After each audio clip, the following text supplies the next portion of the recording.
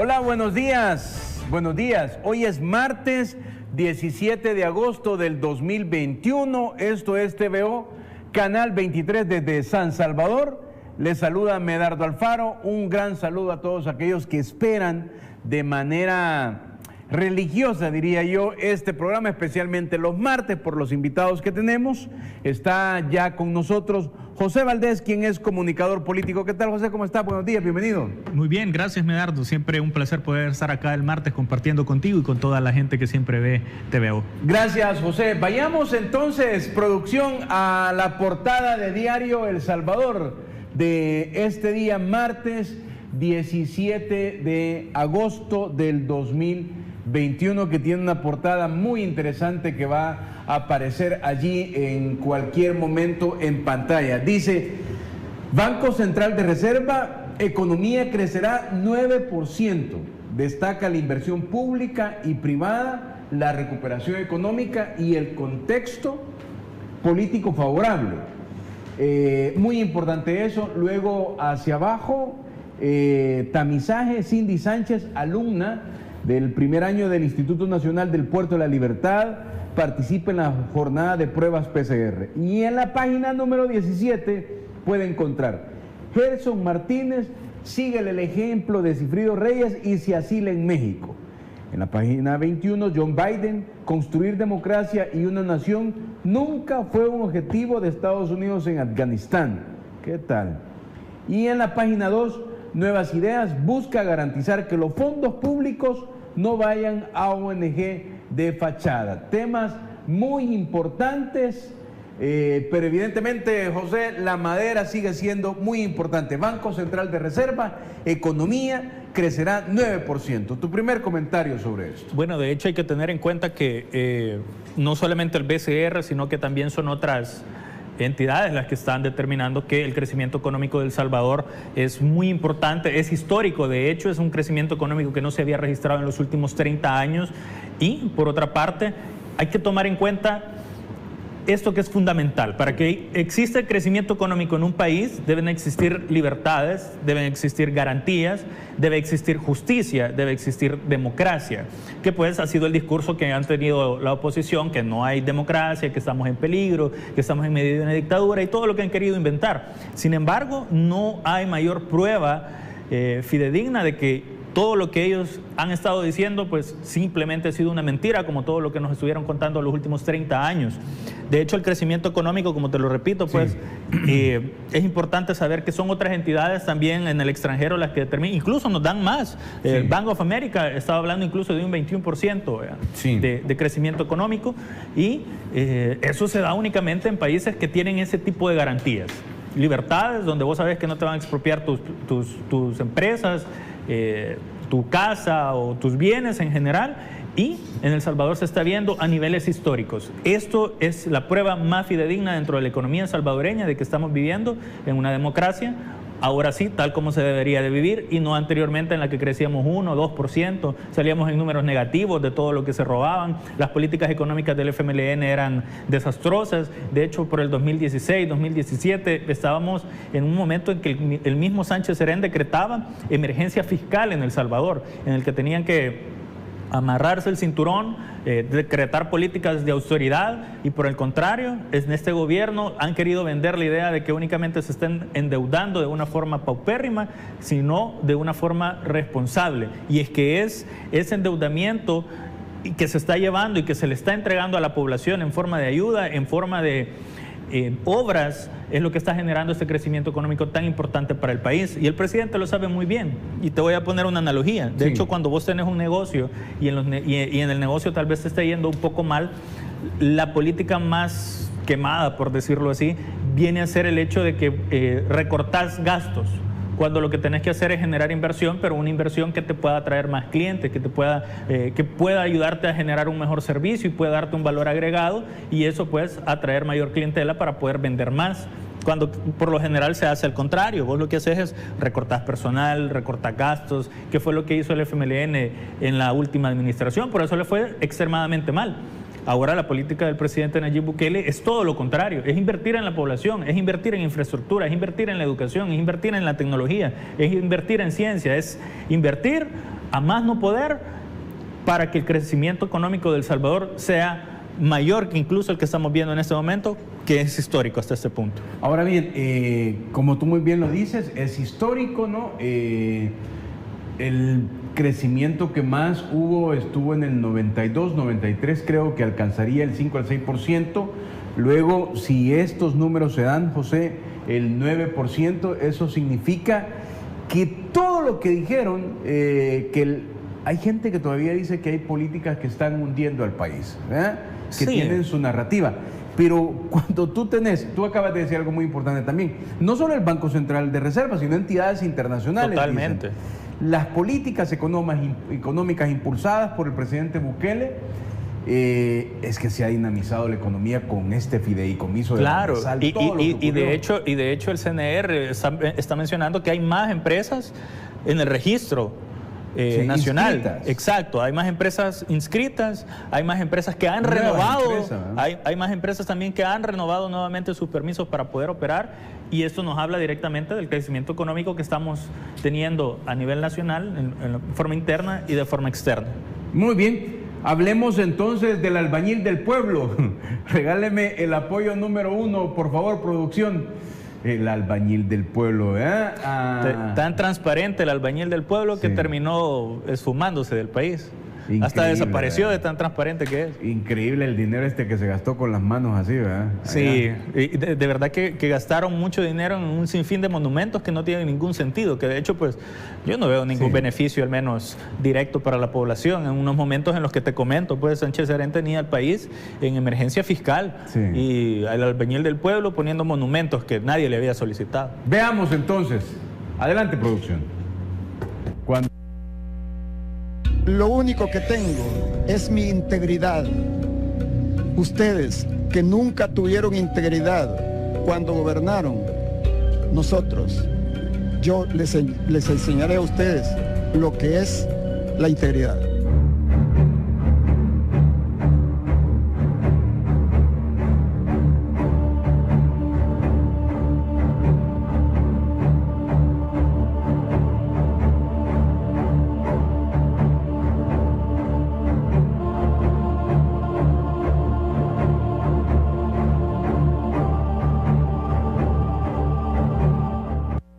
Muy bien. Ahora regáleme el siguiente, producción, el apoyo número 2 para seguir comentando. Gracias.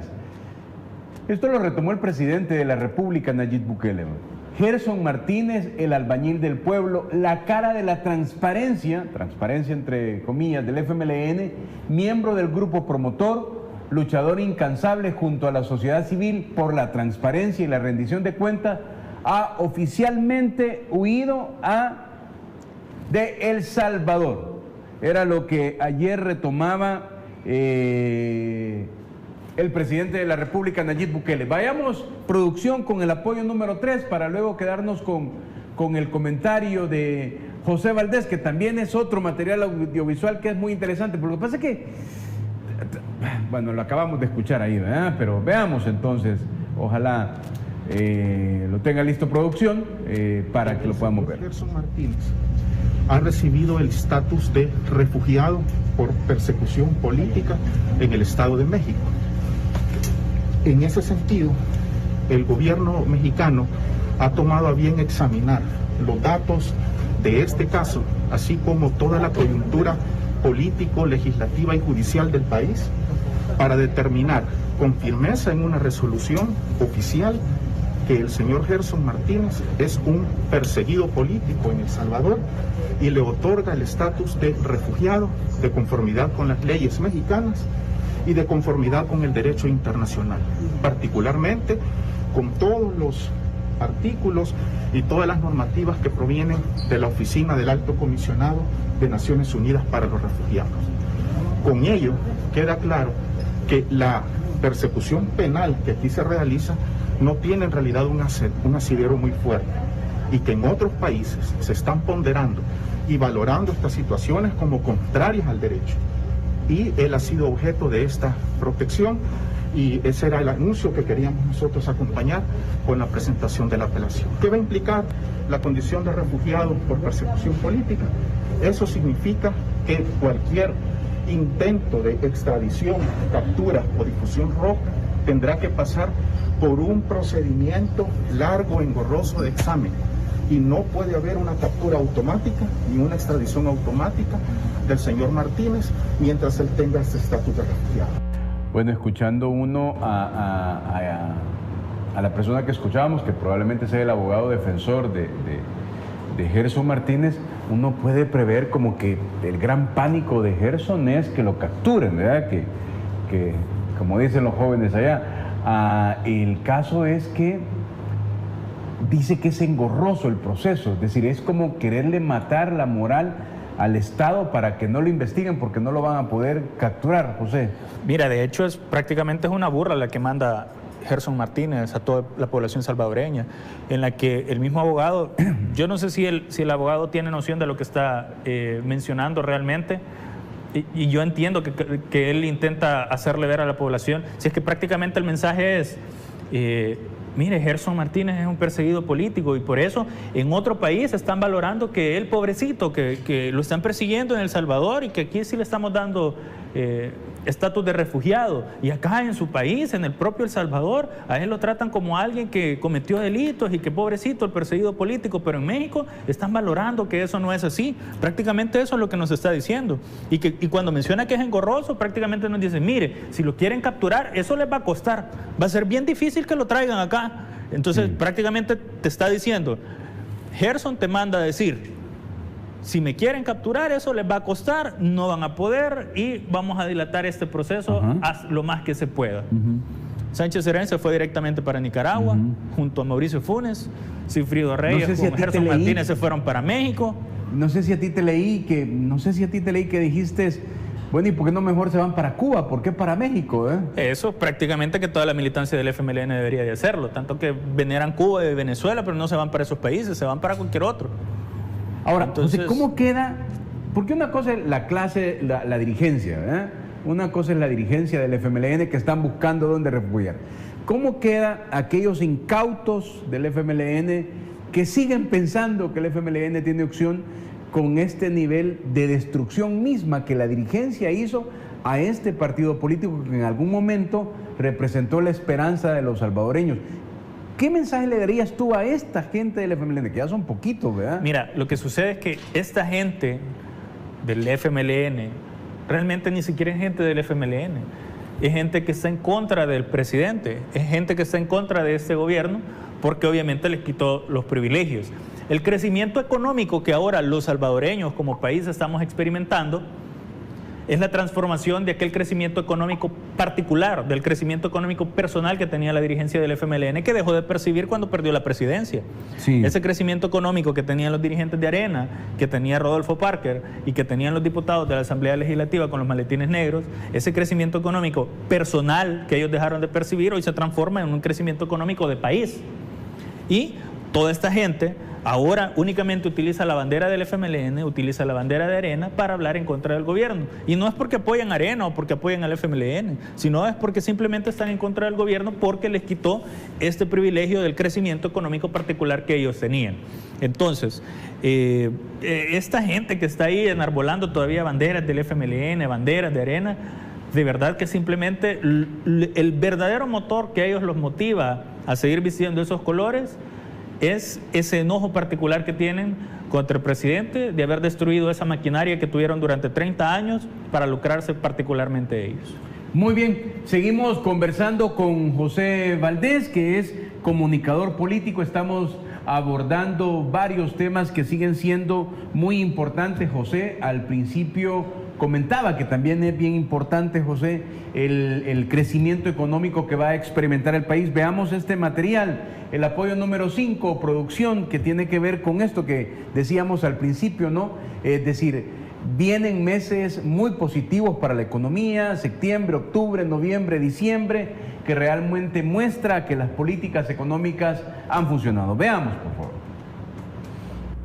Desde el periodo de 1991 a 1995, nunca se había registrado un crecimiento económico tan elevado. En los años de los acuerdos de paz, El Salvador creció un 6,5%, muy por debajo del 9% que se alcanzará bajo el mandato del presidente Nayib Bukele. Luego de ese 6,5%, la economía cayó y se situó en una tasa anual del 3,3% de 1996 a 1999. Prácticamente desde el año 2000, la economía salvadoreña ha crecido en promedio de 1,8 a 2 puntos porcentuales por año.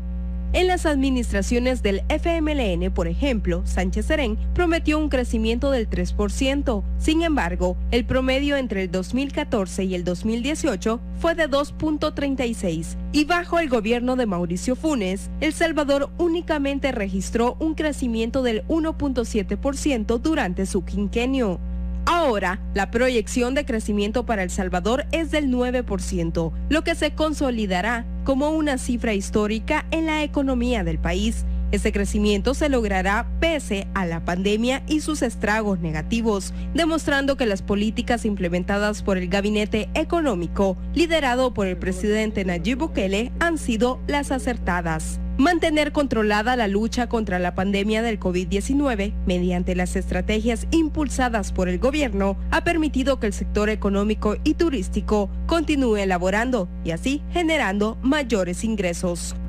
Ahora vayamos al apoyo número 7 que queremos compartirle para continuar analizando esta información que de verdad nos encanta que la podamos brindar aquí en TVO Canal 23, que es el tuit del presidente de la República, Nayib Bukele. Julio del 2021 no solo fue el mes con más exportaciones en toda nuestra historia. Julio del 2021 no solo fue el mes con más exportaciones en toda nuestra historia, también fue el mes con más inscripciones de nuevas empresas, lo que comentábamos al inicio con Joseno, alcanzando 4.935 inscripciones, lo que significa un incremento del 62% respecto del 2020 y un incremento del 38% respecto al 2019. A ver, repito este tuit, José, si querés lo comentamos en lo que le pido a producción que lo deje un poquito ahí, por favor, porque es bien interesante, mira.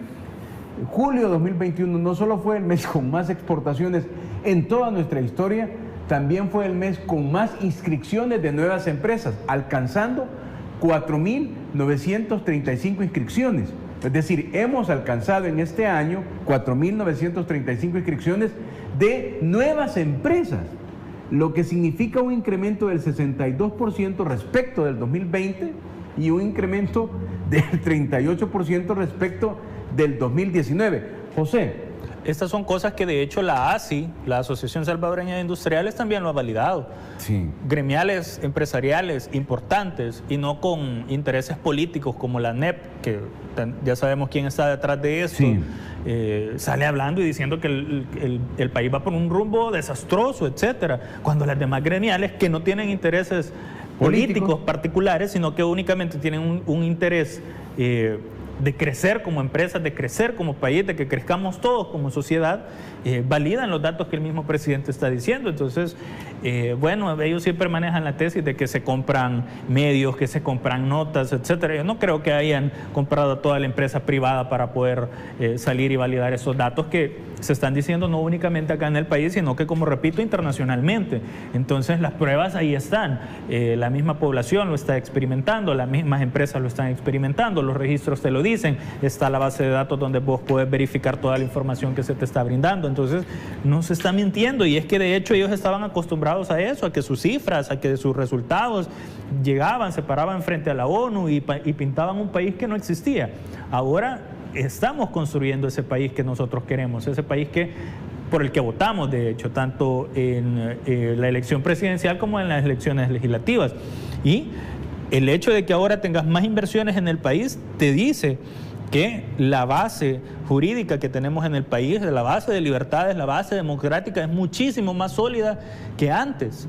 Bueno, de hecho esta semana tuvimos la visita del alcalde de McAllen, de Texas, sí. Y tuvimos inversionistas también extranjeros que desean invertir en el país. De hecho, el alcalde de McAllen decía que El Salvador estaba pronto a convertirse en uno de los puntos tanto turístico y de referencia a nivel de inversiones más importante de Latinoamérica.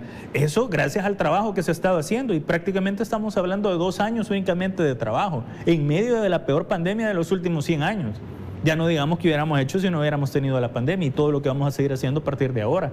Entonces, definitivamente creo que el mensaje está claro y que no vamos a retroceder en ningún momento a darle el poder a aquellos que durante 30 años destruyeron el país. En ningún momento les vamos a ceder nuevamente el poder para que lo sigan destruyendo 30 años más. Producción, vuélveme a regalar ese tweet, por favor, Cristian. ¿Sabes por qué es bien importante? Gracias, porque mira, 4.935 empresas inscritas hasta esta fecha, hasta julio.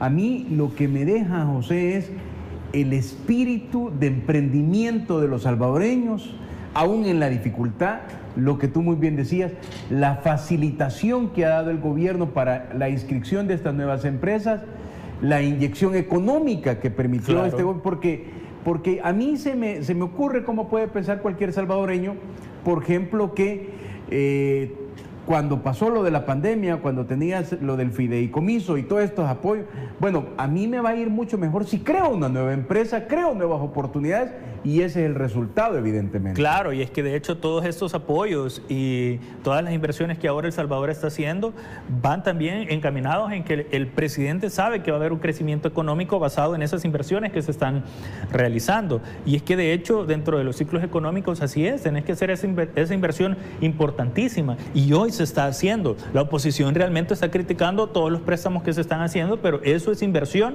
que se genera directamente a la población salvadoreña. Y algo te diré, en economía es muy básico decir que, por ejemplo, el gasto de uno es el ingreso de otro. Cuando el gobierno viene y gasta, y de hecho esta semana, incluso el domingo, el ministro de Obras Públicas anunció 7 nuevos pasos a desniveles que se van a desarrollar dentro de la zona metropolitana para poder facilitar el tránsito y obviamente el comercio. Entonces, ¿qué es lo que pasa cuando el ministro o cualquier otro ministro o funcionario firma un contrato para un proyecto? Ese contrato es el gasto del gobierno que se convierte en el ingreso de una empresa, que se convierte en el ingreso de los empleados de la empresa, que se convierte en el ingreso de la persona, de la señora de la tienda, que se convierte en el ingreso de la señora de la pupusería, y así sucesivamente. Entonces, todo ese gasto, toda esa inversión, de hecho, que el gobierno está haciendo y que cae pues en la empresa privada, que cae dentro de los empleados del sector privado y del sector público, se convierte también en gasto que significa ingresos para otros salvadoreños, y así sucesivamente se va manejando el ciclo económico para que la economía crezca y se mueva. Ahí es donde vemos ese crecimiento económico. Pero ¿cuáles eran las políticas del FMLN? No gastar, dar los sobresueldos. Entonces se convertía únicamente el gasto a las fundaciones de ellos. Exacto, el gasto del gobierno anteriormente se convertía únicamente en el ingreso, pero de ellos mismos, no de la población salvadoreña. Entonces ahora critican que, por ejemplo, todas las inversiones que está haciendo el gobierno están endeudando el país, pero es que no es que solo lo estamos endeudando, sino que también estás haciendo una inversión. Yo creo que en tu vida más de alguna vez te has endeudado. Claro. Por cualquier cosa, por un electrodoméstico, por un bien económico, etcétera. El problema es el uso que nosotros hacemos de esas deudas. Antes Arena y el FMLN se endeudaban. El FMLN se endeudó para mantener la máquina de empleos, la fábrica de empleos que tuvieron histórica. Arena se endeudó para poder lucrarse de manera descomunal con los infocentros, con el Chaparral y con un sinfín de empresas públicas que desarrollaron únicamente para poder robarse los fondos que solicitaban a préstamos, cosas que incluso todavía seguimos pagando y que ya se los robaron y que nunca la vas a poder recuperar. Pero ahora pues estamos haciendo el esfuerzo para poder recuperar al menos un poco de lo que se ha robado y que todavía continúa siendo deuda y que todavía continúa pagándose. Ahora lo que se está haciendo es invirtiendo y sí le está llegando a la población ese dinero que se está invirtiendo. Ok, José, siempre es un gusto conversar contigo. Saludos cordiales a la gente que nos deja los comentarios allí en las redes.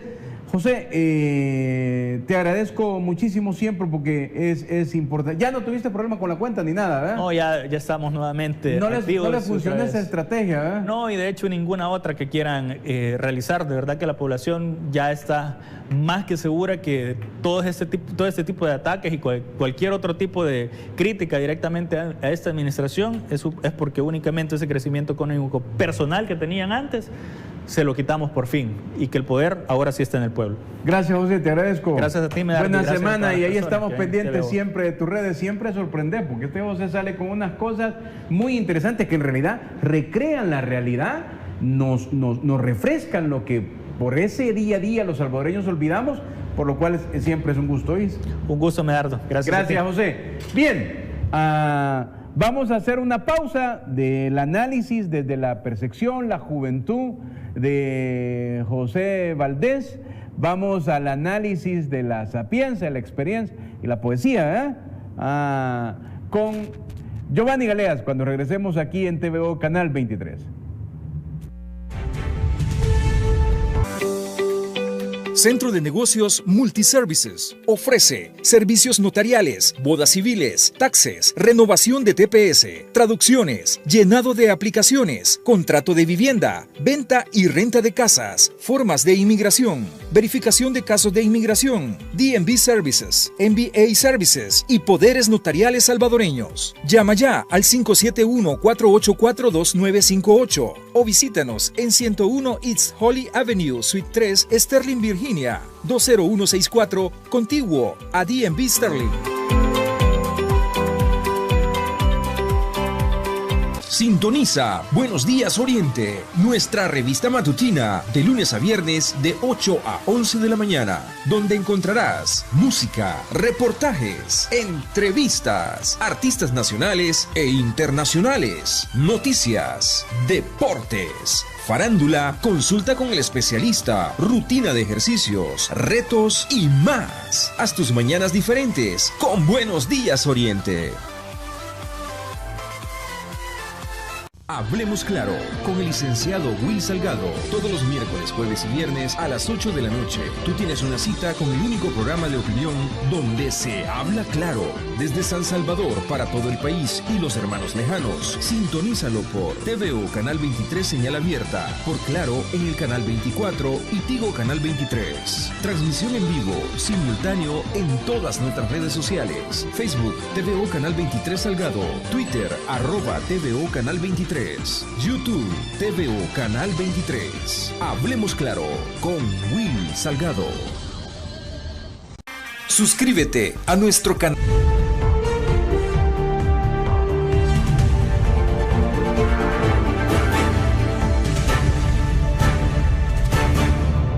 Martes 17 de agosto del 2021, estamos en vivo en TVO Canal 23, les saluda Medardo Alfaro, saludos cordiales a aquellos que nos sintonizan a través de las distintas plataformas que nos permite llegar fuera de nuestras fronteras patrias. Estamos allí en el Facebook de TVO, en el Twitter, en nuestro canal de YouTube, en las redes sociales de este servidor, en Twitter @Medardo Alfaro y en Facebook Medardo Antonio Alfaro. Hoy, como siempre, le damos la bienvenida todos los martes, ya llegando a nuestro segundo año trabajando en este esfuerzo, a Giovanni Galea. Giovanni, ¿cómo estás? Bienvenido. Muy contento, muchas gracias, muy feliz de estar acá. Mira, pero ¿me permitís? ¿Me permitís quebrar tu expresión contenta, no tanto con mandá, sino tanto con realidad? Ajá. A partir del análisis que hacemos? Sé que hay mucho que conversar, pues, hoy día con Giovanni, pero ocurrió en las últimas horas que trascendió que el que era llamado, el que se consideraba el albañil del pueblo, decidió pedir asilo político en México. Yo siempre que converso con Giovanni recuerdo las veces que conversábamos, hace un año creo, donde tú pronosticabas que ambas cúpulas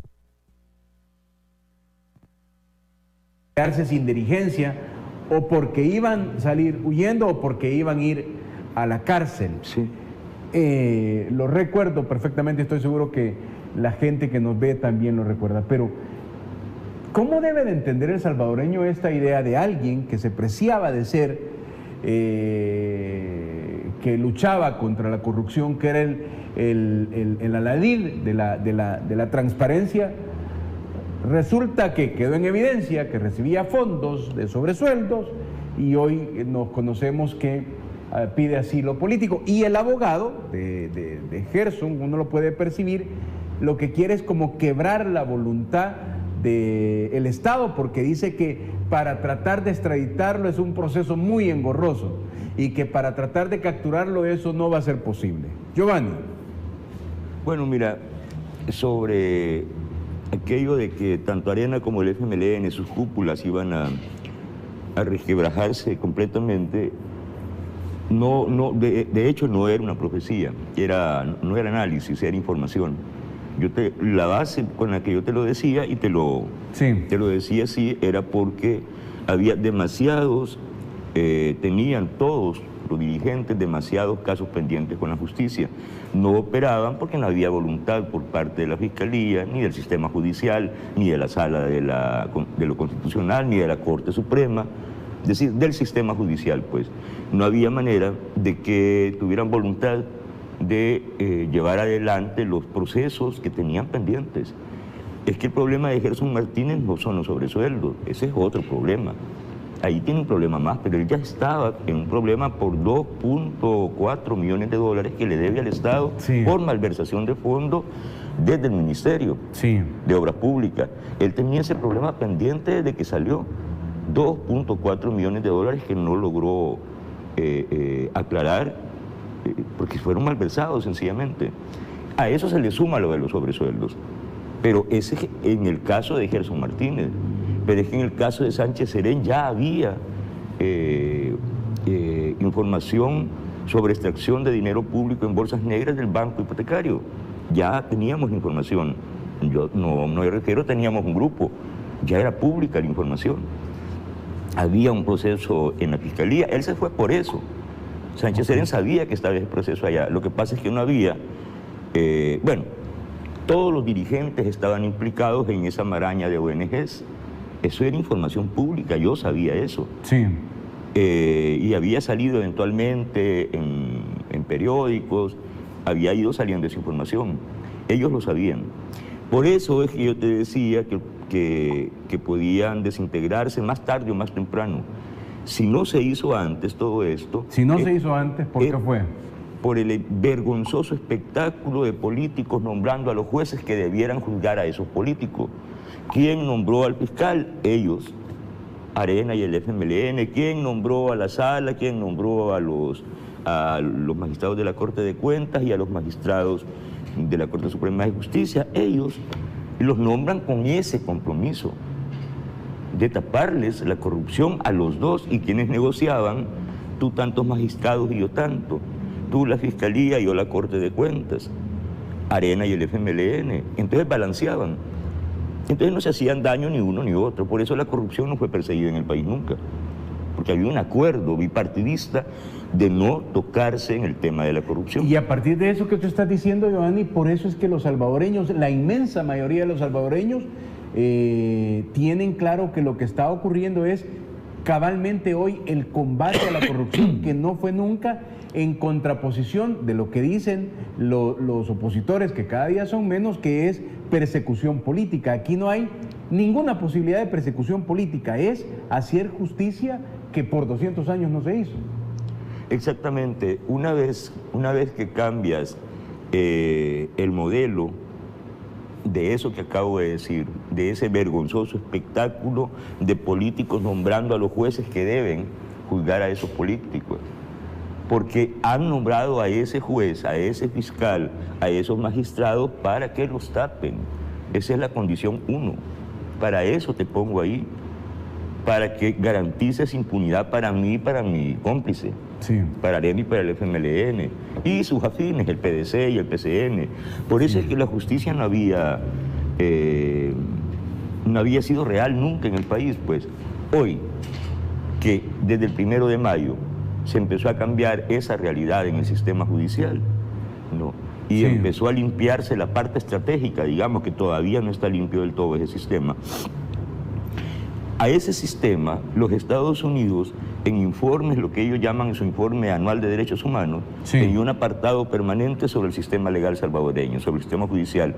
Y decía, el sistema judicial salvadoreño es lento, ineficiente y corrupto, todos los años. Todos los años. Entonces, claro, ¿cómo es que yo, que leo los periódicos, leo los informes, que trabajo de eso, que hago análisis situacional, análisis de coyuntura, análisis de proceso, cómo no voy a estar consciente de que en este país, si no estaban presos los dirigentes de AREN y el FMLN, era sencillamente porque no había voluntad? Si hasta lo decía el Departamento de Estado de los Estados Unidos de América. Y es decir, no... Ahora, en cuanto a la actitud, si Gerson Martínez se va, se queda, se viene, se va a Cuba, Nicaragua, hay que hacer lo que quiera. Tarde o temprano la justicia le va a llegar. Si no es de aquí, es de allá. Pero ese señor defraudó al Estado salvadoreño, al igual que todos sus compañeros. Pero además hay un principio, ¿no, Giovanni?, que sostienen que el que decide irse, el que decide huir ante una denuncia, más que enfrentar la justicia, está mostrando evidentemente que sí tiene participación en eso, porque huye y no se presenta para decir, mira, aquí estoy, investígueme. ¿Qué debería de ocurrir con la militancia del FMLN? Aquellos que creyeron en este tipo de dirigente, aquellos, Giovanni, cuyos familiares murieron en la guerra. O sea, uno escucha, por ejemplo, 70,000 muertos, ¿para qué? Para que todos ellos salieran huyendo. Bueno, esos niveles de inauditos de cobardía, pues ni el salvadoreño promedio de a pie, que no anda metido en cosas como poner bombas y matar gente, el salvadoreño promedio enfrenta la justicia y bueno, y hay muchísimos ahí pagando cárcel por una variedad, una multiplicidad de delitos que van desde graves a menos graves, y ahí están los salvadoreños, pues. Pero y estos no. Es que esto es altamente cobarde, irse a huir sin enfrentar la justicia. ¿De qué puede estar orgulloso Mauricio Funes? Sí embarró a toda su familia, a todas sin excepción, a toda su familia, su harén de mujeres que tenía, todos los amigos, todos los conocidos, a todos los subió al barco de la corrupción. ¿De qué va a estar orgulloso? No midió nada, ¿verdad? En Nicaragua. Sánchez Serén, ¿de qué va a estar orgulloso? Se lleva a su familia y deja a todos los otros. Ahí está Violeta Mengíbar presa. Pero él sí se puso a buen recaudo. Él y su familia, su grupo familiar, hasta los yernos. Sí. ¿No? ¿De qué puede estar orgulloso Cifrido Reyes? Dejó a la mujer aquí tirada. O Gerson Martínez, pues, ¿de qué pueden estar orgullosos? Ellos... Terminar la vida así, ¿para qué, verdad? No tiene ningún sentido, no tiene ningún sentido. ¿Y sabes qué? Ahora va a empezar la verdadera historia. Esa historia de los comandantes que lucharon, es que es mentira. Sánchez Serén no fue jefe militar guerrillero. Él era un político, un organizador, o sea, Giovanni, magisterial. Gerson Martínez, el comandante Valentín. Yo conozco a quien lo cuidaba. ¿A Gerson? A quien, sí, a quien lo protegía. Era un guerrillero chalateco que se llama Camilo. Es mi amigo. Es mi amigo. Él ha manejado para mí varias veces. Camilo era el que cuidaba a Gerson Martínez, que se ponía a temblar cada vez que oía tiros. Era el que lo sacaba de las zonas conflictivas, el que lo sacaba de los cercos, se lo sacaba como saco, se lo ponía al hombro y se lo llevaba. Camilo era el que combatía. Ese tal Valentín, que así se llamaba en la guerra, era político. Era pico de oro, andar hablando política. No era un combatiente guerrillero. ¿De dónde va a salir comandante guerrillero semejante piltrafa humana como Gerson Martínez? Él fue político toda su vida. Esos eran políticos. Ni Medardo era combatiente, ni Lorena Peña. ¿Dónde están las batallas que dirigieron? Yo te digo las batallas que dirigió Jonás, que dirigió Eduardo Sancho, Joaquín Villalobos. Yo te digo las operaciones en las que participaron, están escritas, yo las he escrito, muchas de ellas. ¿Dónde están las batallas que dirigió Sánchez Serén? No, o sea, ese señor no. Nunca hemos leído nada de eso, ni nada, eso es porque no las tienen, ¿verdad? Y se va a empezar a saber. Se va a empezar a saber. Sí, te capto. Es decir, hoy queda la posibilidad y la oportunidad, por ejemplo, que toda esa historia que han construido de un proceso revolucionario con estos dirigentes. Al final fue toda una narrativa creada precisamente para ellos, para beneficiarse de ellos, y hoy sí se va a saber muchísimo más, y lo que debió conocer los salvadoreños desde siempre. Claro, claro, ellos ocultaron. Mira, aquí hubo grandes jefes militares en la guerra. Porque la guerra puede que no haya servido de nada, pero que fue dura, que claro. fue cruenta. Claro. Y que hubo mortereo, fuego aéreo, artillero, que despozolaban cualquier cantidad de gente con... Y la expresión que no haya servido de nada surge como frustración por esto que uno sí. está viendo de, me voy, vea, yo era el aladín de la transparencia y me voy. Dime una cosa, ¿tú sabes quién es Dimas Rodríguez? No. Bueno, Dimas Rodríguez es uno de los pocos jefes militares reales de la CFPL. Ahí en Chalatenango él murió en ofensiva del 89. Desgraciadamente, ese sí era un cuadro militar. ¿Sabes tú quién es Bernardo Torres? No. Es el otro jefe militar. Esos eran los que combatieron. Esos eran, incluso uno que está vivo, a Lirio Montalvo, que se llamaba Salvador Guerra. Pero a todos ellos que tienen en común están relegados. ¿Y a quién ves en primer plano? A Nidia Díaz, a esta Rebeca Palacios o Lorena Peña, como le dicen, a Nidia, a Medardo. ¿Cuándo combatió Medardo? Otro miedoso. Esos son pusilánimes. Yo te digo, jefes militares guerrilleros, es que no se oyen, ni las fotos ponen ya, ni las fotos. Los nombres de ellos fueron olvidados. Ponen a Chafik Handa, el padre. ¿Y cuando Chafik disparó una pistola? Hace un día, pues. Chafik no era un hombre de armas, nunca lo fue en su vida, era un político. Ese es el grupo político de los que no combatieron y que se quedaron con el aparato del partido, porque los jefes militares, el que creó la estrategia militar del FMLN se llama Joaquín Villalobos, y ese se fue. Se fue cuando empezó la paz, les dijo, señores, yo no me voy a estar dando codazos con ustedes por un puesto de diputado, ahí nos vemos, y se fue a estudiar su doctorado a Oxford. Sí. No. Entonces se quedaron prácticamente nadie. Sí. Germán Cienfuegos, fundador de la guerrilla salvadoreña, héroe de 1000 batallas, ahí está dando clases en una universidad en silencio. Pero ni la foto sacan de él, ya se olvidó a la gente que esos sí son jefes militares. Roberto Cañas era jefe militar.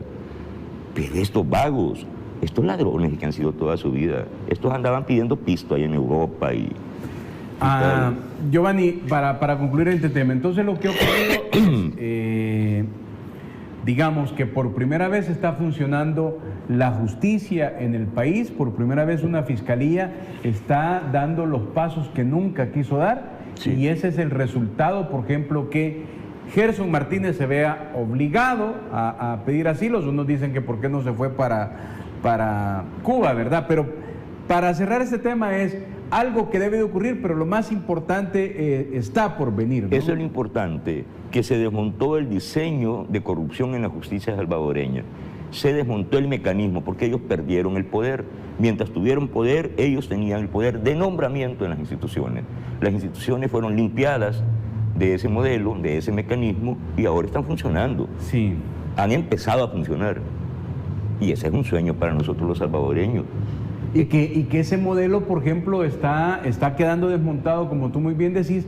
Por ejemplo, hoy podemos ver en las páginas de Diario El Salvador que con este tema de las ONG estaba diciendo el jefe de fracción con el presidente de esta comisión que los fondos serán otorgados a las organizaciones que estén legalmente establecidas, porque resulta que más de 50 organizaciones o fundaciones estaban vinculadas a partidos políticos y dice que van a ser otorgados a las organizaciones que estén legalmente establecidas y que comprueben que el dinero es invertido en la población.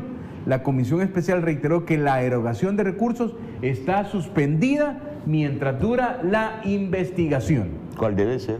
¿Cuál debe ser? Sí, cuál debe ser, porque se convirtieron en fabriquitas de empleo para sus amigos, sus parientes, sus amores, sus militantes, ¿no?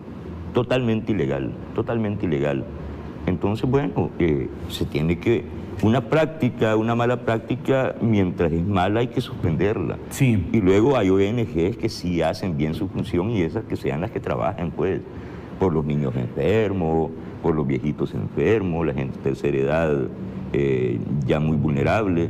Claro que se necesitan ONG, pero que la dirijan gente honrada y que comprueben con documentos de que están empleando bien los fondos. Pero esto no, esto para enriquecerse fue. Ok, me escribe alguien y me dice, perseguidos políticos es aquel que es perseguido por sus ideas políticas. Pero en el caso de todos los que son perseguidos, no son perseguidos, sino que le robaron a las arcas del Estado. En otras palabras, son meros delincuentes, como muy bien dice Giovanni. Así es. Muy bien. Vayamos a otro tema, abordándolos con Giovanni Galeas. Producción, para escuchar el análisis de Giovanni, regáleme la portada de Diario El Salvador, que es muy importante en este martes 17 de agosto. ¿Por qué? Porque dice Diario El Salvador que el Banco Central de Reserva, economía crecerá 9%. O sea, la economía crecerá al 9%, números que yo solo he visto en países de Europa, nunca aquí. Y el presidente de la República dice, destaca la inversión pública y privada, la recuperación económica y el contexto político favorable para este crecimiento del 9%. Y vayamos a producción, por favor, al apoyo número 7 de esta mañana, que es un tuit del presidente de la República, Nayib Bukele. Esto me sorprende, mira, Giovanni, esto que tiene que ver con la recuperación. Julio del 2001 no solo fue el mes con más exportaciones en toda nuestra historia, también fue el mes con más inscripciones de nuevas empresas, alcanzando 4.935 inscripciones, lo que significa un incremento del 62% respecto de 2020 y un incremento del 38% respecto del 2019. Es decir, a la fecha tenemos 4.935 nuevas inscripciones de sociedades, Giovanni. Esa no es la mejor noticia. A ver, ¿cuál es la mejor noticia? La mejor noticia está en seguridad, pero el presidente ha decidido, y lo dijo en su estrategia, en la nueva fase, que el problema ya no va a ser, el objetivo ya no iba a ser estar contando los muertos a ver si son menos y menos. Ese no era como el objetivo. Por lo tanto, la información va a salir como promedio a finales de mes. Ahí está la buena noticia. La buena noticia está en seguridad y la va a dar el presidente a finales de mes con la proyección que vamos. Seguramente este mes va a ser sorprendente en términos del avance por la fase 4, por incursión. Y cuando yo digo esa, la económica, no es la mejor noticia, me refiero a que la base para que eso suceda, este es el resultado, la consecuencia. ¿Te acuerdas cuando yo te decía que toda acción política que no se traduce en efecto económico concreto, sí, en el bolsillo del salvadoreño concreto, es paja? Sí. A eso me refiero. Como un país que no ha solucionado sustantivamente los problemas de salud, de educación, que no está solucionando, pues, sustantivamente problemas de seguridad, de salud, de educación, de infraestructura vial y de seguridad, ¿cómo es que va a tener resultados como esto? No se puede. No se puede. Si tú no resuelves ese conjunto de problemas o empiezas a resolverlo de forma sustantiva, no vas a tener incrementos en exportación, ¿no es cierto? Ni un crecimiento de las empresas, ni más, hasta más remesas, pues. El crecimiento de las remesas es extraordinario. ¿Por qué? Porque hay confianza en el país. ¿Tú crees que si siguiéramos con 30 muertos diarios pasaría esto? ¿Y cuánto crecimiento teníamos? Pues teníamos menos 2. Era crecimiento bajo cero, pues. Sí. Era decrecimiento, decían, dejamos de crecer 2 puntos. Entonces hemos crecido 2, pero bajo cero. No era crecimiento en realidad. Regálame la portada, por favor, producción. O crecimiento negativo le llaman también. O sea, Giovanni, que lo que ocurrió en seguridad, a partir que lo que ocurrió en seguridad, la portada de Diario El Salvador, Cristian, lo que ocurrió en seguridad, gracias, a partir de todo el gran control, de ese gran esfuerzo, es como consecuencia de esto, como tú muy bien estás diciendo. Cuando yo te decía acción política que no se traduce en efecto económico, es paja, me refería a esto justamente, a esta información. Cuando un país empieza a sanear, genera más confianza Y como dicen, no hay nada más cobarde que un billete de $100. Nada más cobarde. Un billete de $100 es más cobarde que Jesús Martínez, vamos. Y que Salvador Sánchez Serén juntos. Es más cobarde. Entonces, nadie invierte donde no hay seguridad, donde no hay... donde el sistema legal no le garantiza equidad, donde el Estado no es un árbitro correcto y justo. Nadie invierte en condiciones en las que no haya garantía jurídica para tu inversión. Entonces, ¿qué es lo que hay en el país? Yo decía, Medardo, sí, esto es muy importante, mira, en mi columna del diario El Salvador del jueves pasado, sí, yo... de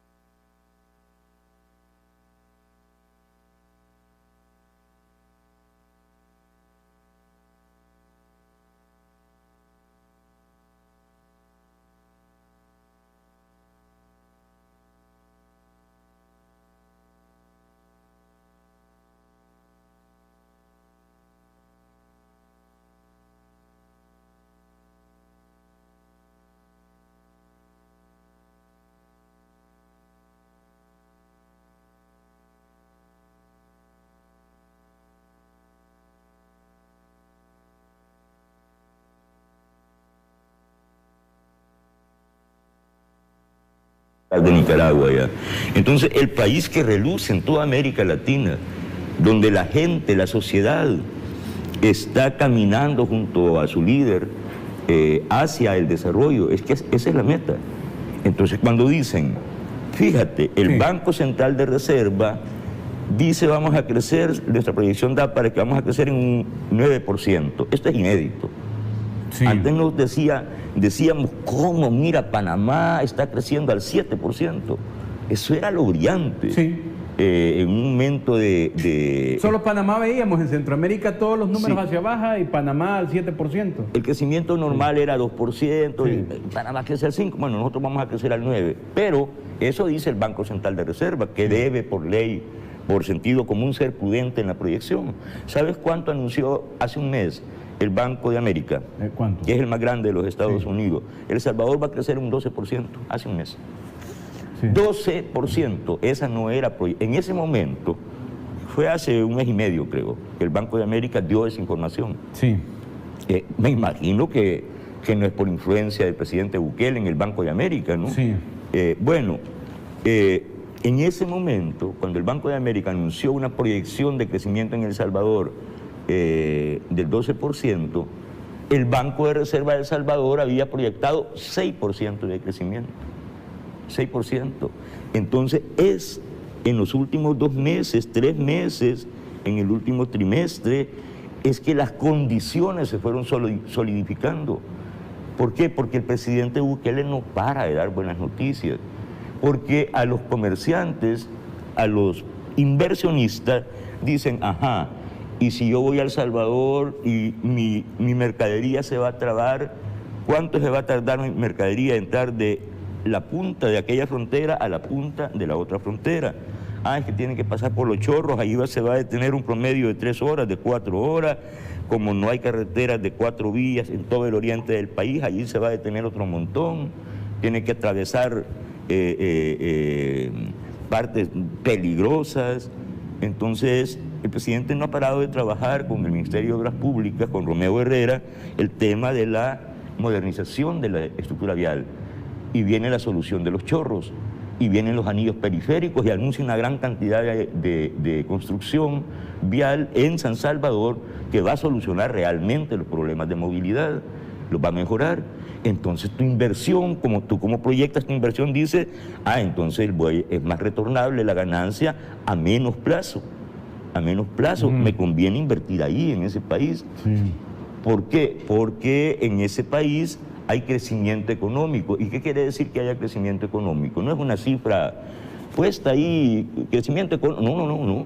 Quiere decir que hay más dinero en la economía nacional circulando, que la gente tiene más dinerito para ir a comprar a la tiendita, al mercado, al proveedor pequeño, a irse a comprar un televisor, a lo que sea, un carrito. Entonces el dinero empieza a circular y empieza a haber oficio para el jardinero, para el zapatero, para la señora que vende pupusas. Entonces la sociedad... Termino con esto, Medardo. Sí. Toda esta reflexión es... Una sociedad no es... O sea, el índice de felicidad de una sociedad no se mide por la cantidad de riqueza que posea, claro, sino por el grado de justicia que rige su convivencia.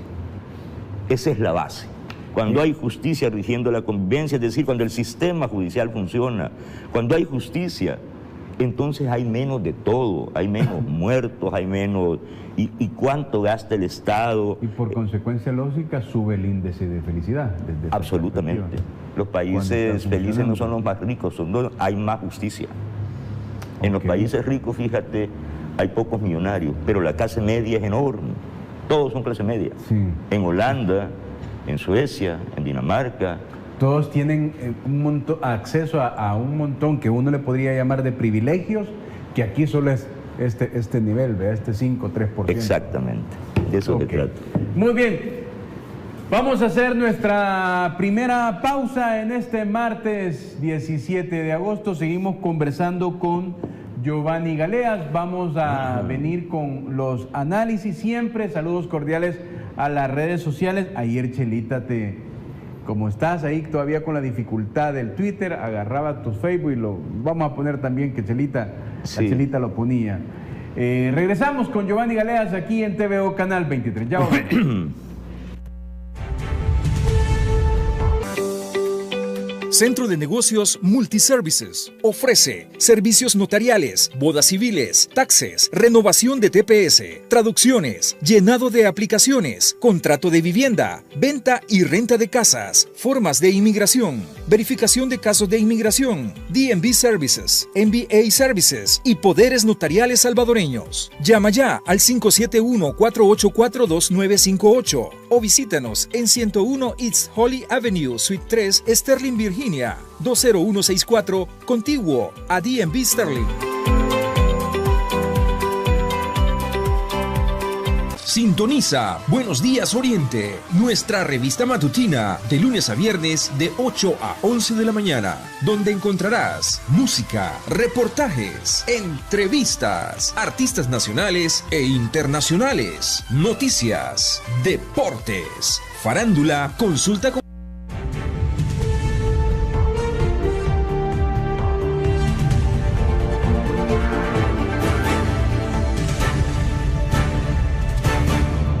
Muy bien, seguimos conversando con Giovanni Galeas. Ayer ocurrió una noticia también muy importante que está muy vinculado con esto que estamos hablando del crecimiento económico, que evidentemente también ayuda muchísimo. A ver si producción me ayuda con el apoyo número 11 que queremos compartirle a nuestra audiencia de algo que, como muy bien decía Giovanni, son parte de las indicaciones e instrucciones que el presidente dio en torno al aumento del salario mínimo y cómo hacer efectivo este aumento también en aquellas pequeñas empresas con el apoyo benefactor en el buen sentido de la palabra del Estado para aquellas empresas que también pudieran cumplir con el salario mínimo. Veamos.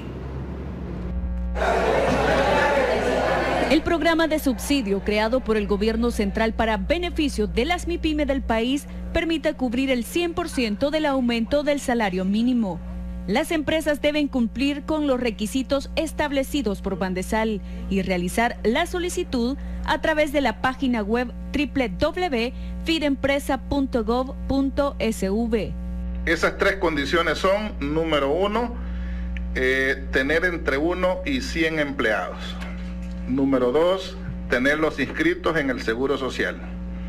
Y número 3, tener dentro de esa planilla personal que gana salario mínimo.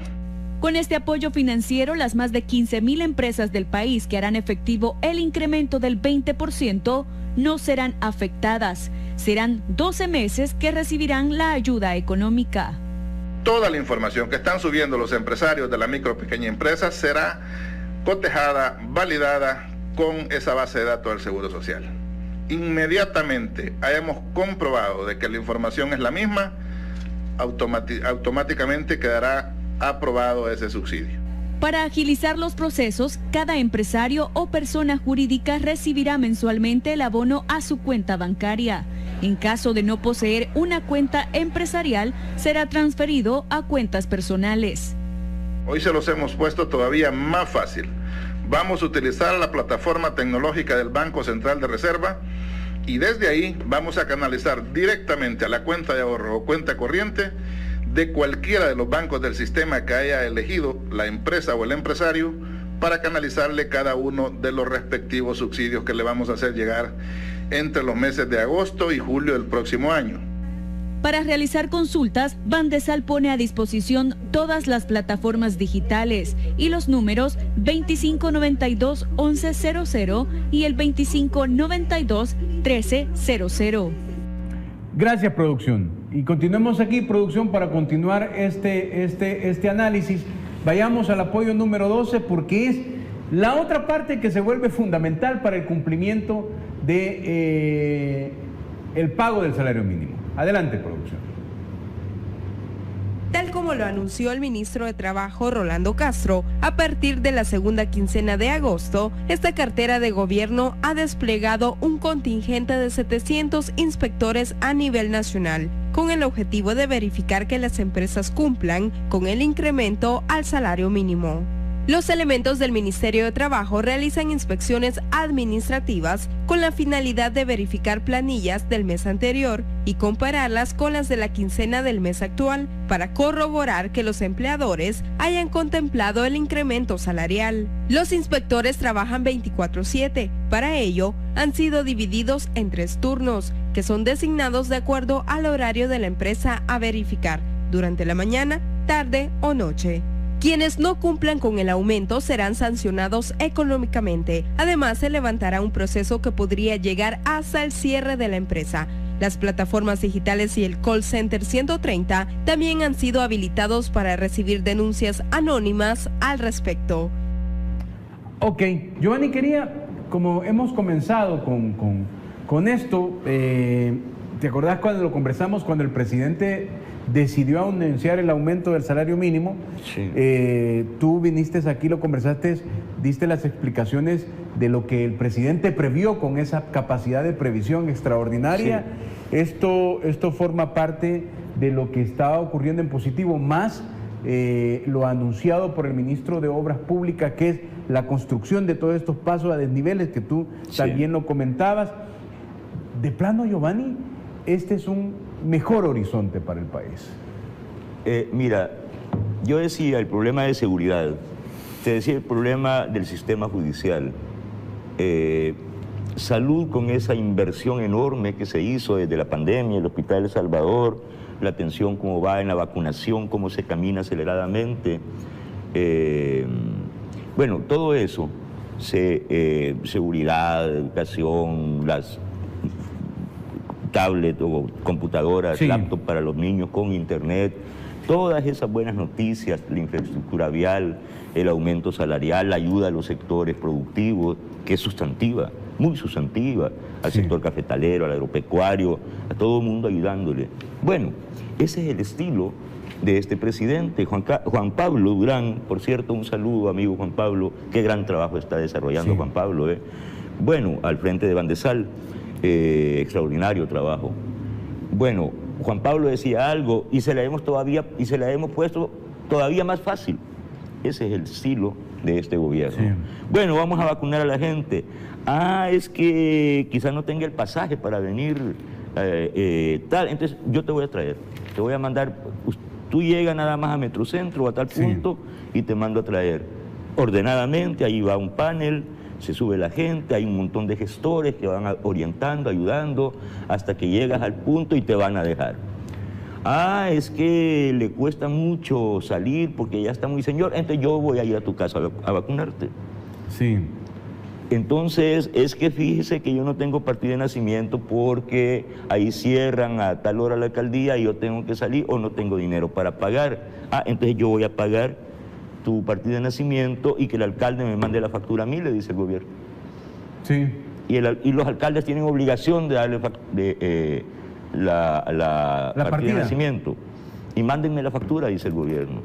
Y está permanentemente, te crea problema esto, te voy a ayudar más. Entonces el ciudadano salvadoreño está por primera vez en su historia viendo estas cosas. De parte del Estado hay una voluntad de ayuda real hacia mí como ciudadano. Me están tratando como un ser humano. Antes, ¿qué me platicaba? A mí como ciudadano. Ese dato, para compartírtelo, Giovanni. Sí. En relación a toda esta analogía que tú estás haciendo de la vacunación, según una encuesta de Sid Gallup, El Salvador es el único país de Centroamérica donde la gran mayoría de sus ciudadanos reportan que va por buen rumbo, en contraste en Honduras, Guatemala y Costa Rica. Bueno. Y concuerda con el porcentaje. El Salvador es el único país donde la mayoría de sus ciudadanos piensan que se va por buen rumbo.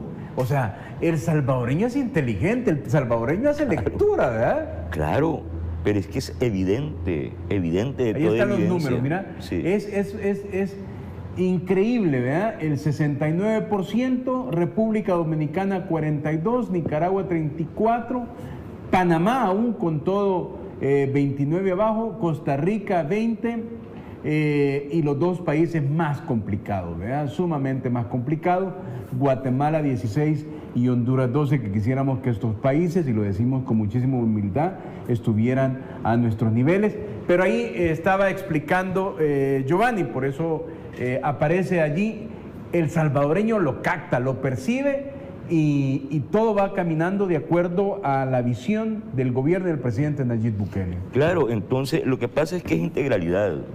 Integralidad. Hay integralidad, porque yo recuerdo cuando el presidente era candidato, le preguntaban cuáles van a ser los ejes de su plan de gobierno, porque ese era ya era una tradición, sí, ¿no? Decir, mi plan de gobierno tiene 13 ejes, que son el eje de seguridad, el eje, empezaba aquella, el eje, ya lo hicieron chiste los salvadoreños, sí. Bueno, en fin, y todo el mundo decía 13, 14, 15 ejes, y el presidente decía, no trabajo así.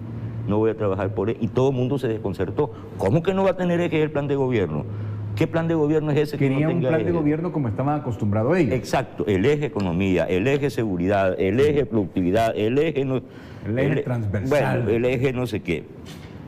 El presidente dijo, yo no trabajo así, no voy a trabajar así, sino por objetivos. Es decir, no es obras públicas, seguridad, salud, educación, sino objetivos. El objetivo es desarrollar la zona costero marina, por ejemplo. Vamos a hacer subsidio ahí y ahí van a trabajar todo, seguridad, obras públicas, salud, educación, turismo. Ahí van a trabajar todos, no como un área específica, no es una cuestión de turismo, pues.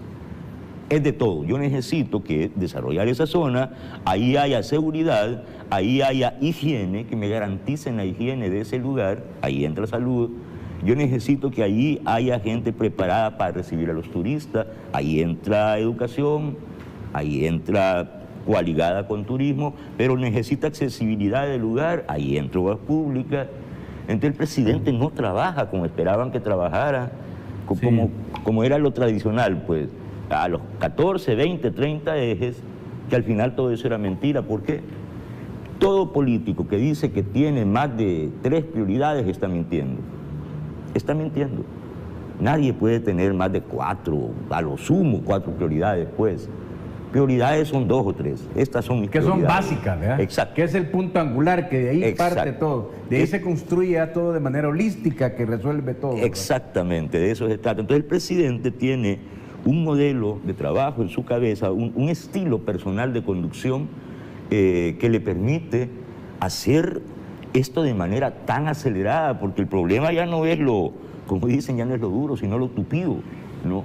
Es que son todo, lo que te decía de cascada de buenas noticias en vértigo. Sí. No hay día de Dios que el presidente no dé al menos una buena noticia grande al pueblo salvadoreño. Y eso, ¿cómo no lo va a tener a uno contento?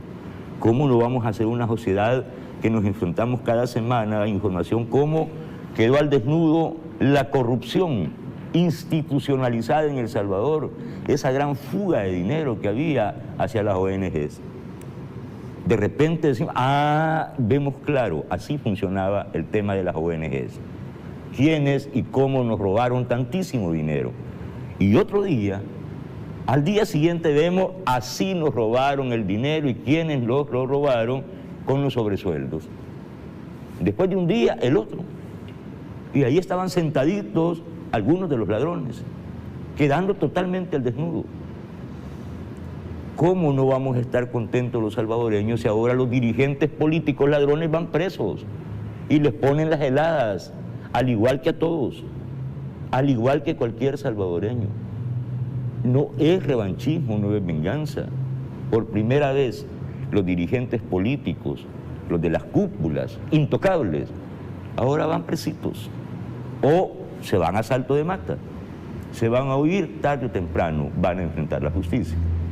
Yo confío en que más temprano que tarde, no, pero vamos a ver, vamos a esperar. Pero los salvadoreños tenemos buenas noticias en lo económico, en lo social, en salud, en educación, en seguridad, en infraestructura vial. La vida se nos está haciendo más fácil y toda la acción política se está traduciendo progresivamente, poco a poco, en efecto económico concreto. Ya vamos a sentir acá en el bolsillo con suficiente impacto la mejoría, porque la mejoría ya está proyectada. Ese crecimiento no es crecimiento de la cúpula, es dinero que se va a inyectar a la economía. Ese crecimiento extraordinario de la remesa es más dinero en El Salvador circulando. Entonces, bueno, eso nos alivia, eso nos da horizonte y, como yo digo, hoy por primera vez sentimos la patria como una comunidad de destino, de todos. Por eso digo comunidad de destino, todos vamos hacia allá, hacia el desarrollo. Y sentimos el país como la casa de todos, la casa común, sin exclusiones. Por primera vez en 200 años tenemos esta sensación los salvadoreños, por primera vez. Okay. Esto es lo importante, lo bellísimo. Claro. Vayamos con el análisis, producción. Ayúdeme con el apoyo número 9 y 10 seguidos. Seguimos yendo con este tema de lo que hoy llama poderosamente la atención, ¿no? A ver, decía Giovanni, a los problemas públicos, soluciones privadas. En salud, educación y seguridad. Ese fue el acuerdo Arena-FMLN. Sálvese quien pueda pagar, por eso es que ustedes nunca más, ¿verdad? Como sentencia. Y luego el siguiente, que va a aparecer allí en pantalla. Este me gusta mucho más. El destino de un pueblo debe de ser decidido por un grupo de grandes financistas, políticos y abogados de adentro y de afuera, o por el pueblo mismo, constituido en mayoría absoluta. Marque una X donde le indique la razón y la decencia. Es decir, hay gente que interpreta muy bien esto que tú nos acabas de colocar, o que mejor dicho, producción hace la fineza de colocarnos. El destino de un pueblo debe de ser decidido, me lo quitó producción, porfa, gracias, va a aparecer ahí. El destino de un pueblo debe de ser decidido por grupitos de grandes financistas, políticos y abogados de adentro y de afuera, o por el pueblo mismo, constituido en mayoría absoluta. Marque una X donde le indique la razón y la decencia. La razón y la decencia estaría poblando la mente de la mayoría de los salvadoreños ante la realidad que estamos viendo, que tú muy bien has descrito, y esta razón y esta decencia en la mayoría de salvadoreños va a minimizar o va a hacer que pase desapercibido ese ataque constante de aquellos que poco a poco están perdiendo sus privilegios y que comenzaron a perderlos ya. Mira, Medardo, en 1989 pasó una coincidencia. Se firman los acuerdos de Bretton Woods, que era el famoso, lo que le llamaron, era la firma, cuando organismos multilaterales económicos, Banco Mundial, FMI, firman el consenso de Washington, que le llamaban también, son los acuerdos de Bretton Woods, consenso de Washington. Y la receta 1 de ese consenso de Washington para América Latina era lo que dice ahí en el primer tuit: soluciones privadas a los problemas públicos. ¿Por qué? Porque el Estado es mal administrador tradicionalmente, los burócratas son corruptos, se roban el dinero, no son eficientes. En cambio, la empresa privada sí es eficiente porque necesita medir sus ganancias. Pues. El acuerdo 1, Giovanni, era achicar el Estado. Entonces queremos un Estado pequeño y barato. El Estado tiene que ser un árbitro que garantice el cumplimiento de los contratos, pero el gran gestor económico tiene que ser la empresa privada. Por lo tanto, los problemas públicos que los resuelvan los privados. Es decir, tú, ciudadano, necesitas luz, bueno, cómprasela al privado y él te va a vender la energía. El Estado ya no tiene que tener eléctrica, que la privatice.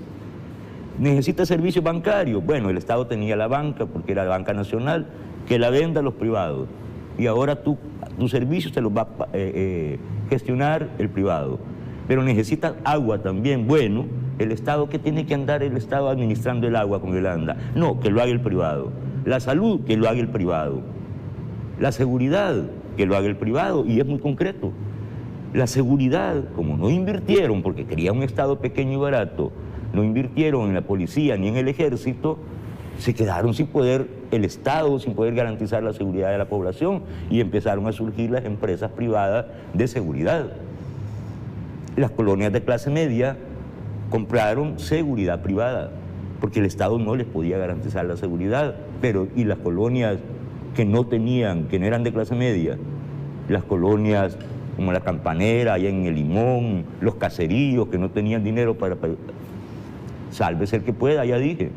Y si no tienes para pagar tu seguridad, y si no tienes para pagar el agua, la luz, chíngate, muérete. ¿Yo qué voy a hacer? Bueno, la gente le cuesta decidir morirse, ¿no? Sí. Muchos agarraron camino para Estados Unidos. ¿Por qué estoy contando esto? Miren, entonces ese año que se aprueba el consenso de Washington, ese mismo año llega Arena al poder. Pero los areneros habían hecho un movimiento anterior, los empresarios salvadoreños más altos del país, que también eran financistas de Arena. Antes de que Arena llegara al poder, no, cuando ellos empezaron a vislumbrar que se iba a firmar los acuerdos de paz, porque uno de sus hombres era el presidente, Félix Cristiani. Entonces mandaron una delegación a ver el milagro económico chileno que había producido, según ellos, Pinochet a mediados de los años 80. Fue esto. Y don Bobby Murray Mesa, con don Freddy Cristiani y otros empresarios altos, todos miembros de la Junta Directiva de ANEP, mandaron un grupo explorador a Chile a estudiar lo que se llamaba el fenómeno del milagro económico chileno. Y allá, ¿quiénes operaban el milagro económico chileno? Los Chicago Boys, que eran los muchachos teóricos, académicos, creadores de la teoría neoliberal. De Milton Friedman. De Milton Friedman. Y de von Hayek. Se vienen y se traen consigo aquí a El Salvador al jefe de campo, al jefe que estaba conduciendo allá en Chile a todos los Chicago Boys, que era de la Universidad de Chicago. Creo que se llama Holdenberg o algo así se llama. Ya voy a recordarme el nombre. Sí. Y se lo traen y él diseña con los técnicos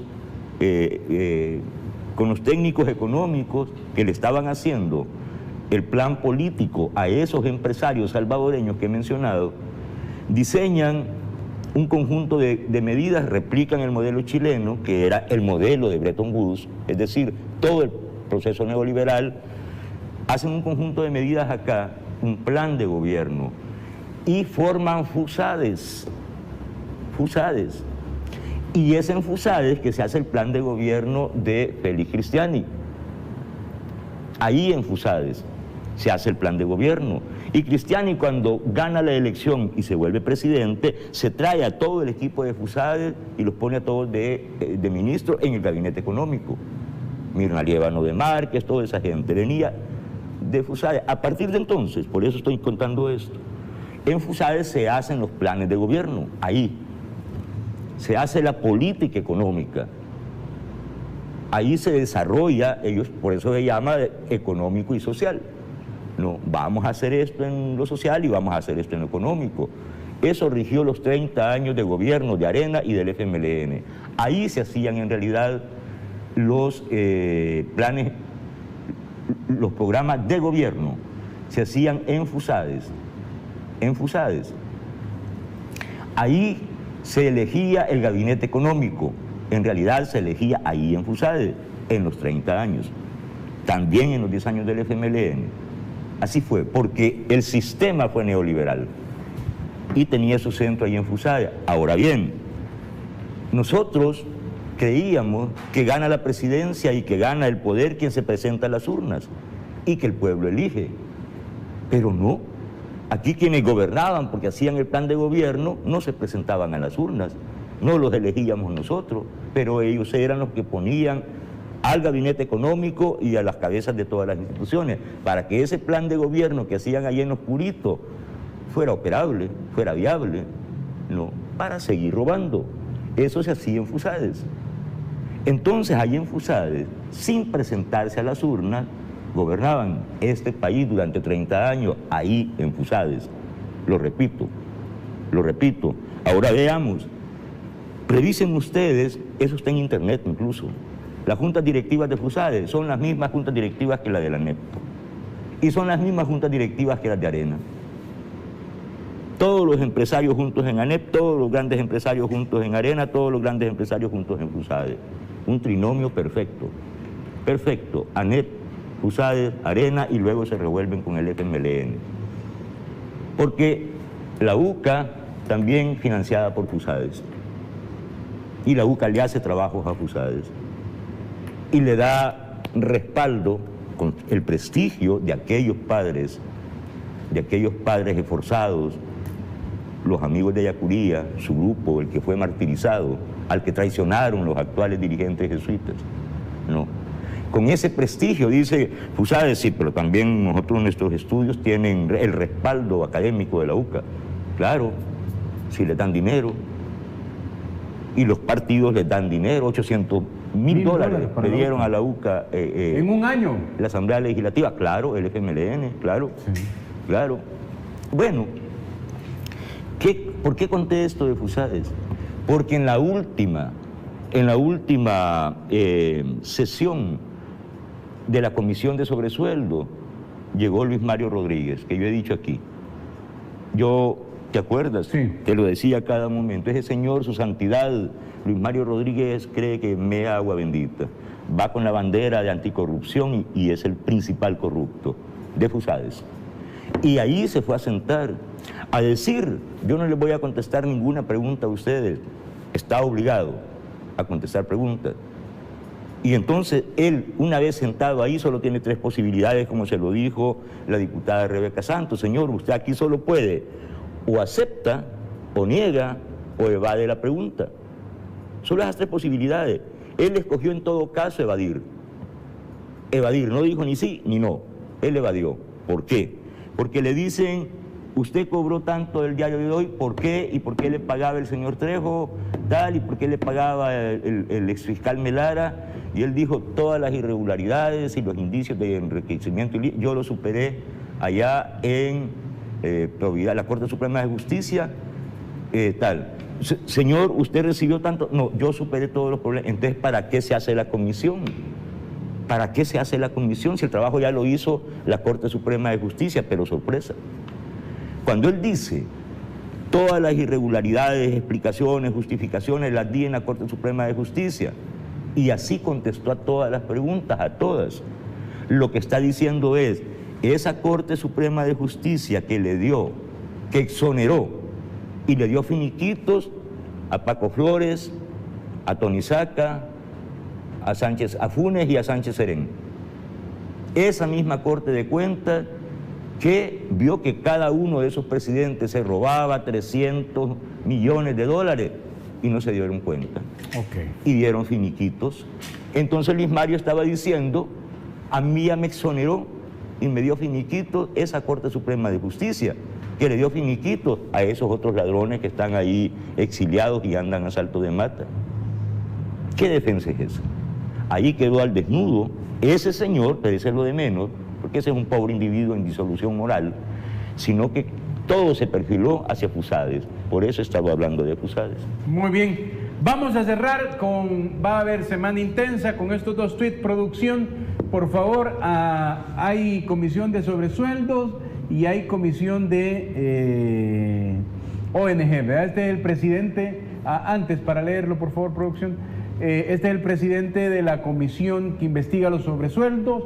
Señor presidente Nayib Bukele, son tan solo ladrones huyendo, pues perseguido político es aquel que es perseguido por sus ideas políticas. En el caso de Gerson Martínez, al igual que todos sus compinches, son buscados por ser delincuentes y haber robado el dinero del pueblo. Este es el tuit del presidente de la comisión de sobresueldo, el presidente Jorge Castro. Veamos al siguiente, que es el tuit de Alesia Rivas, la presidenta que investiga las ONG, con más de 65 millones de personas desplazadas forzosamente a nivel mundial. Es una total vergüenza que Gerson Martínez escude un estatus de este tipo para esconder su corrupción. Va a haber, son jóvenes diputados con mucha claridad de lo que están haciendo, Giovanni. Giovanni, se me acabó el tiempo. Benditos jóvenes, benditos muchachos los de la bancada CIAN. Qué gente ejemplar. Qué bendición tiene el país con tener a estos muchachos como representantes en la Asamblea Legislativa. Un saludo a todos ellos, en especial a Alexia, a Santos, ¿cómo se llama? Jorge Castro. Jorge Castro, perdón. A Jorge Castro y a Alexia, que dirigen esas comisiones tan importantes, tan estratégicas para El Salvador.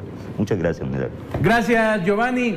Gracias a usted, quédese con nosotros, continúe con TVO Canal 23, los vamos con los chicos de Oriente. Mañana tenemos una interesante entrevista, créanme. Así es que lo espero aquí en TVO Canal 23.